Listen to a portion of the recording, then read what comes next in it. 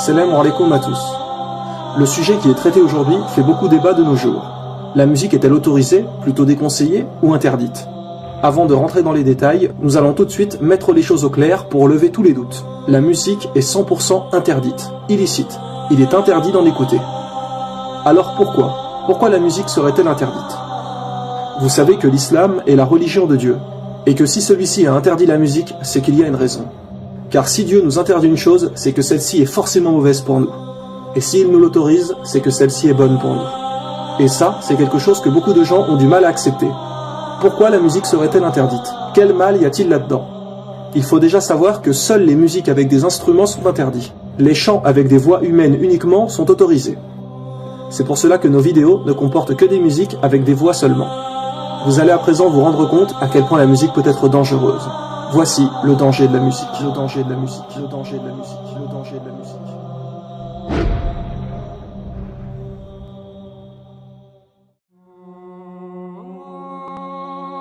Étiez-vous conscient que la musique est un objet de manipulation?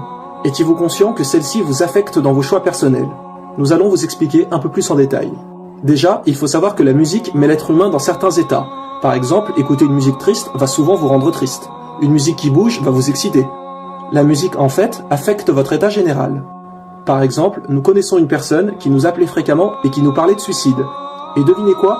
À chaque fois, nous entendions que cette personne écoutait en fond les musiques tristes du film Titanic. Quand vous regardez un film d'horreur par exemple, ce qui va vous faire peur, ce sont les musiques. Quand vous allez sursauter, c'est suite à un gros boom après un silence. Par exemple, dans une scène intense où le personnage marche la nuit dans sa maison, ses lumières sont en panne et vous savez qu'il y a un tueur dans les parages, il va y avoir en fond une musique qui fait peur. Et cela va mettre le spectateur dans un état de stress. Son cœur va même accélérer, etc. Alors qu'en réalité, dans la vraie vie, il n'y a rien de stressant ou quoi que ce soit. Ce n'est que dans le film, mais la musique va vous mettre dans un état d'illusion. Quand par exemple à la télé, ils veulent faire passer quelque chose plus facilement, vous allez avoir une petite musique douce, agréable, pour faire paraître les choses plus naturelles et acceptables.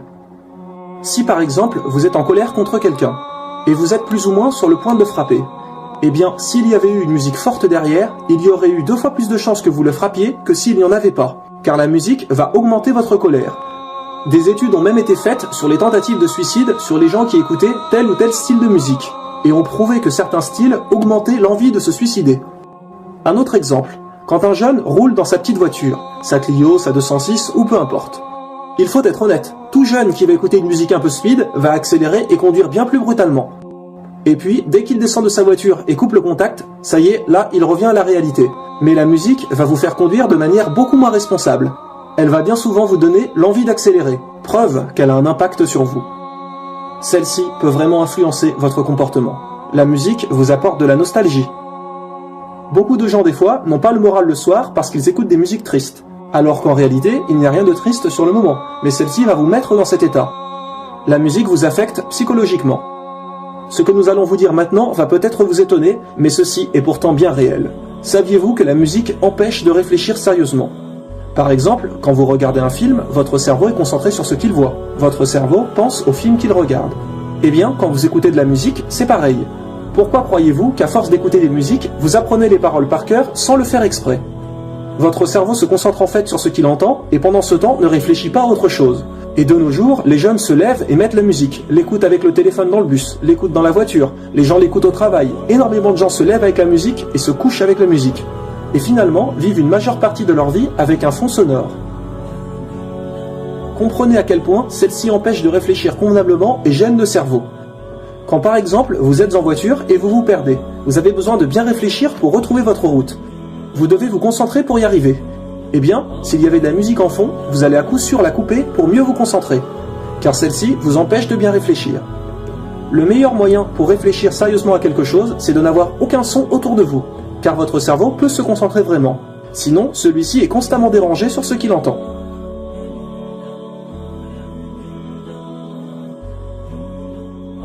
Des fois, des hommes vont mettre des petites musiques douces en fond pour essayer de draguer des filles. Ou bien dans des soirées, des musiques de discothèque pour mettre à l'aise les femmes, et donc leur faire baisser leur garde.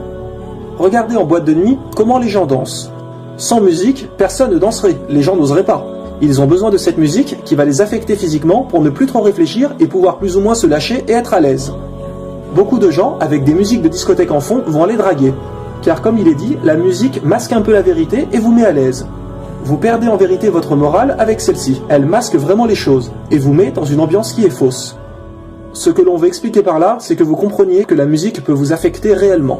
Un peu comme l'alcool. Beaucoup de gens ne peuvent pas s'amuser sans alcool. Donc ils boivent pour pouvoir se lâcher. Comment se fait-il qu'ils ont besoin de quelque chose pour pouvoir s'amuser? Normalement, l'être humain n'a pas besoin de ça. La musique, c'est un peu pareil. Vous avez besoin de choses qui vous affectent dans votre corps et qui vous fait un peu oublier votre moralité pour faire certains actes. Cela vous rend dépendant et finalement vous fait perdre confiance en vous. Car après, s'il n'y a pas de musique ou d'alcool, vous n'oserez rien faire car vous avez pris l'habitude de cela. Donc à force d'en écouter, comme il est dit, vous devenez dépendant. Et tout ce qui peut rendre dépendant l'être humain est néfaste pour lui.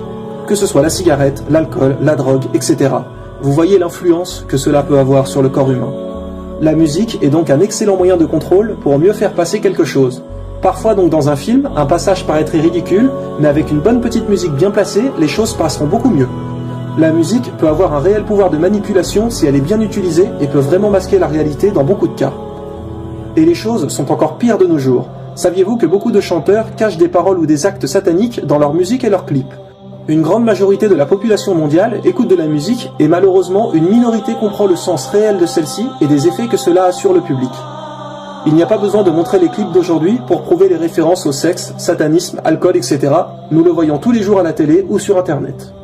Seulement de nos jours, ils ont tellement banalisé cela en mettant partout et en diffusant ça en masse que cela semble normal aux gens. C'est devenu tout à fait banal. Comme par exemple les jeux vidéo où on tue sans arrêt des gens, où on peut faire n'importe quoi dans les villes, cambrioler, etc. Les jeunes d'aujourd'hui passent leur temps à jouer à ces jeux qui diffusent ces messages, à regarder des films qui diffusent ces messages, à écouter de la musique qui diffuse également ces messages. Et après, vous vous étonnez que les jeunes d'aujourd'hui tournent mal, fument, respectent plus personne, mais ils sont bombardés non-stop de ce genre de choses. Et si personne ne les avertit, ils tomberont tous dans le piège. C'est le but recherché aujourd'hui. Tout est fait et a été bien calculé pour que l'éducation détourne des vraies choses importantes. Le sexe a été mis en avant de toutes parts. Ils font en sorte que les gens ne se posent plus de questions critiques et soient fondés dans le système, avec comme unique but, je fais la fête et je gagne de l'argent. Pas de réflexion. La technologie vous masque la vérité. La musique, les films, les jeux vous masquent la vérité. Vous masquent la vérité. Vous masquent la vérité. Vous masquent la vérité.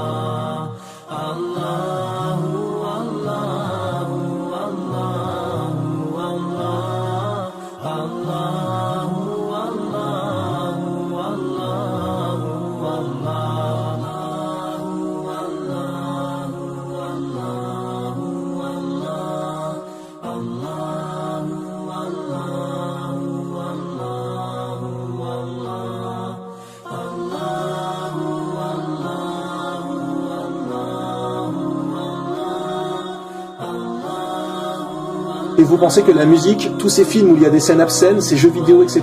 ne sont rien du tout? Ne vous affectent pas?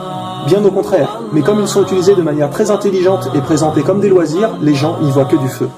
Un grand homme a dit un jour, il y a deux amours qui ne peuvent pas cohabiter dans le même cœur.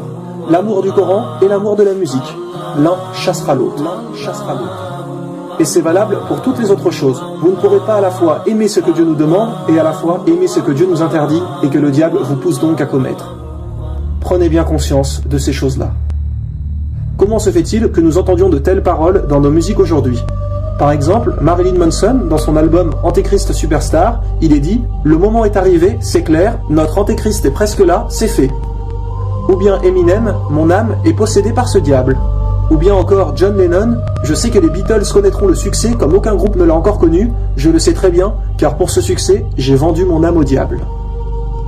Nous ne perdrons pas plus de temps à énoncer d'autres exemples, mais ce n'est pas difficile à comprendre quand on écoute les paroles ou regardons les clips de tous ces chanteurs et chanteuses comme Rihanna, Lady Gaga, Jay-Z, etc.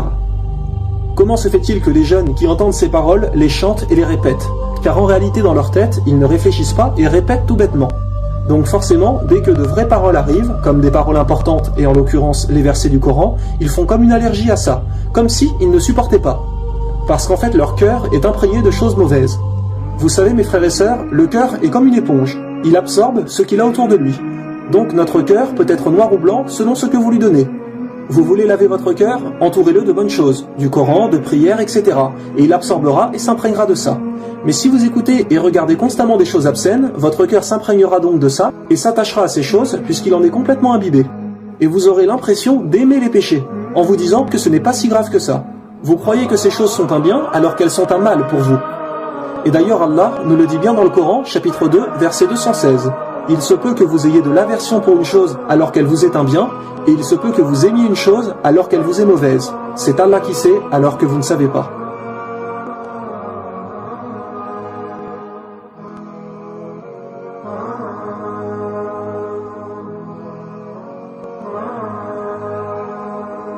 Mais se lever avec de la musique et se coucher avec, ça, mes frères et sœurs, ce n'est pas ça qui va vous aider, ce n'est pas ça qui va vous aider, ce n'est pas ça qui va vous aider. Regardez ceux qui écoutent pendant 1 heure de la musique, la tête qui plane à moitié en écoutant cela, et puis juste après, ils vont faire leur prière. Leur cerveau est complètement ailleurs et a encore le son dans la tête. Comment voulez-vous vous concentrer après? Parfois, on voit des musulmans ou musulmanes qui sont dans la rue et récitent les versets du Coran car leur cœur en est imprégné, et d'autres chantent les paroles de musique. Votre cœur ne peut pas complètement se dévouer à l'un si l'autre est constamment présent. Que voulez-vous que votre langue répète sans cesse, le Coran ou la musique? Parce que si votre tête est sans cesse tournée vers la musique, inconsciemment, vous chanterez toujours des paroles de musique. Et tout le monde sait que c'est vrai. Qui n'a pas chanté sans faire exprès comme ça des paroles qui lui venaient à l'esprit? Si vous voulez vous dévouer sincèrement et complètement à l'islam, il ne faut pas que votre tête soit remplie de musique. Il y a des choses, mes frères et sœurs, qui ne peuvent pas vraiment coexister. Aujourd'hui, nous voyons des musulmans qui disent que si, la musique est autorisée. Certaines personnes autorisent la musique et disent que non, ce n'est pas interdit. Et cela nous prouve une fois de plus la véracité des paroles de notre prophète, sallallahu alayhi wa sallam, qui a dit que des musulmans rendront licites certaines choses, comme l'adultère, l'alcool, les instruments de musique, etc. Et le messager d'Allah, sallallahu alayhi wa sallam, a bien dit « Il y aura des gens de ma communauté qui rendront licites ces choses-là ». Donc, des musulmans. Alors aujourd'hui, quand vous voyez des musulmans dire que la musique est autorisée, vous avez donc, comme il est dit une fois de plus, la preuve de la vérité des prédictions du prophète, sallallahu alayhi wa sallam. Celui-ci nous a bien mis en garde que des musulmans rendraient licite ce qu'il a interdit. Et le prophète Mohammed, sallallahu alayhi wa sallam, a bien dit « Celui qui dit sur moi ce que je n'ai pas dit, qu'il prépare sa place en enfer ». Donc, ne dites surtout pas que le prophète a autorisé la musique. Car il a également dit « Un mensonge sur moi n'est pas comme un mensonge sur un autre. Celui qui ment sur moi volontairement, qu'il s'apprête à occuper sa place en enfer ». Ce qui bien évidemment est logique, car raconter un mensonge sur quelqu'un est déjà extrêmement grave, mais sur le prophète encore plus. Si par exemple vous dites quelque chose à quelqu'un qui est faux, il va le faire pensant que c'est le prophète lui-même qui l'a dit, puis il va le dire aux autres qui vont le faire et le redire, etc. Et suite à cela, peut-être que des milliers de gens vont commettre une innovation pensant que le prophète l'avait autorisé. Et cela va mettre le doute dans le cœur des musulmans. Imaginez donc les conséquences après. Donc faites toujours très attention quand vous parlez de religion à être sûr de vous. Ne mentez jamais volontairement. Après, il faut savoir que la musique n'est pas le pire des péchés non plus. Mais le prophète Mohammed, sallallahu alayhi wa sallam, est le dernier des prophètes, et devait donc nous avertir d'absolument tout ce qui peut être bien et pas bien, du plus petit péché au plus grand, de manière à ce qu'au jour du jugement, on ne puisse pas dire « Ah ça, on ne le savait pas ». Maintenant, même si la musique n'est pas le pire des péchés, il faut bien comprendre cependant que celle-ci vous éloigne de la religion. Elle distrait l'esprit et est utilisée par des mécréants. Donc son mal peut avoir de grandes conséquences, car si elle vous éloigne de la religion, ce qui est derrière peut être très grave. Tout ce qui vous écarte du chemin d'Allah est à jeter, et tout ce qui vous en rapproche est à suivre. N'oubliez pas la parole du prophète sallallahu alayhi wa sallam lors de son dernier sermon. Il a dit « Je vous laisse derrière moi 2 choses, le Coran et la Sunna, et si vous les suivez, vous ne vous égarerez jamais. » Attention, nous ne disons pas que ça y est, vous ne pouvez plus aller faire les courses dans les supermarchés parce qu'il y a de la musique par exemple. Parce que là, ce n'est pas vous qui avez voulu en écouter, vous comprenez. Le but d'aller dans les supermarchés est d'aller faire vos courses et non d'écouter de la musique. Et ce qui compte, c'est ce qui est fait de votre propre volonté. Dans un supermarché, ce n'est pas vous qui mettez la musique, c'est d'autres gens. Par contre, quand vous mettez de la musique chez vous, quand vous en mettez dans votre propre voiture, etc., là, c'est vous, de votre propre volonté, qui la mettez pour en écouter. Sachez qu'il y a encore plein d'autres raisons de pourquoi la musique est interdite, mais nous n'avons pas le temps de tout mentionner. À vous de faire votre choix.